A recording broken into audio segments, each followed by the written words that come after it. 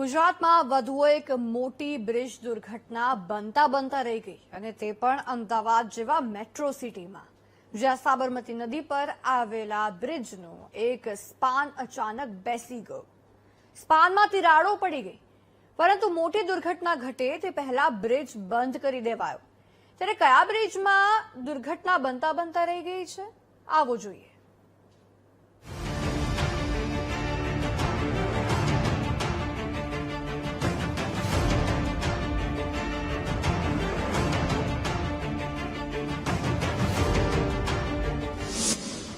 અમદાવાદીઓના માથેથી ટળી મોટી દુર્ઘટના. ગંભીરા જેવી દુર્ઘટના બનતા રહી ગઈ.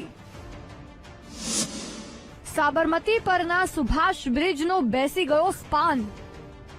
અમદાવાદ એટલે કે 24 કલાક ધમધમતું શહેર, અને તેમાં પણ સુભાષ બ્રિજ કે જેના પરથી રોજ લાખો વાહનો પસાર થાય છે.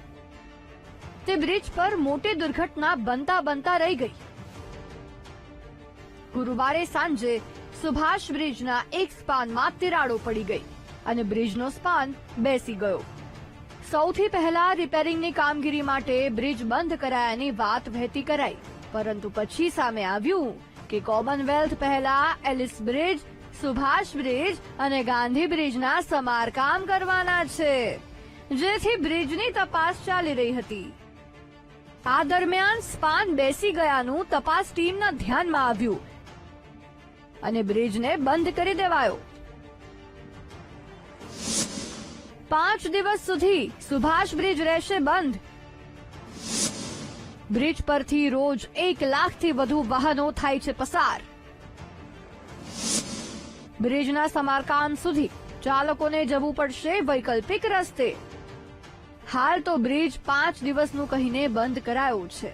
બંને તરફ પોલીસ તૈનાત કરી દેવાઈ છે. બીજી તરફ બ્રિજ પ્રોજેક્ટ વિભાગ અને બિલ્ડિંગ વિભાગની ટીમોએ બ્રિજનું ઇન્સ્પેક્શન શરૂ કરી દીધું છે, જેમાં ક્ષતિ હોવાનું સામે આવ્યું છે. અમદાવાદ મહાનગરપાલિકાની અંદર જે વિવિધ બ્રિજો આવેલા છે તેની એમપેનલ બનાવીને કંપનીઓને તપાસ સોંપવામાં આવી હતી. ગઈકાલે સુભાષ બ્રિજનું ઇન્સ્પેક્શન અને આપણે વાત કરીએ કે તેની કામગીરી ચાલતી હતી ત્યારે એનું વાઇબ્રેશન, તદુપરાંત તે તિરાડ જોવા મળી અને સ્પાનની અંદર પણ ખામી જોવા મળી ત્યારે તરત જ એ નિર્ણય કરવામાં આવ્યો.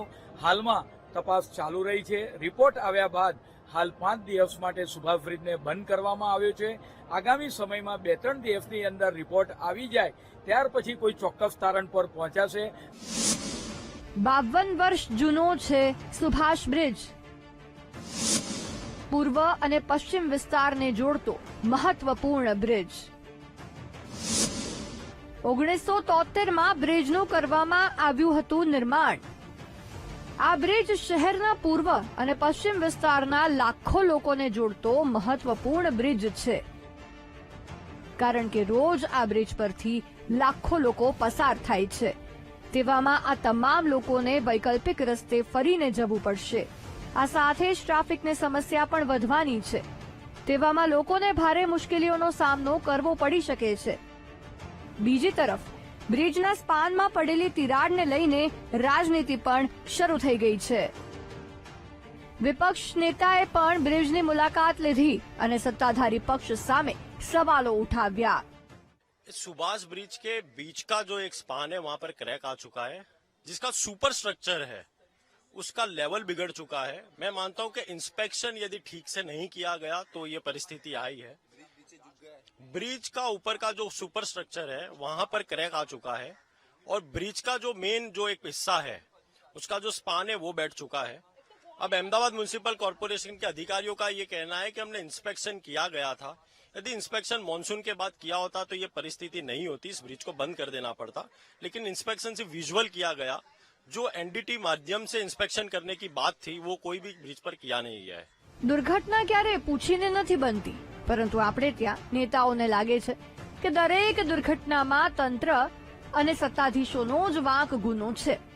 જો કે આ તો રાજકીય રોટલા શેકવાની વાત છે, પરંતુ આશા રાખીએ કે લાખો લોકોની મુશ્કેલીઓને સમજી વહેલી તકે ફરી સુભાષ બ્રિજ શરૂ થાય તેવા પ્રયાસો તંત્ર દ્વારા કરવામાં આવે.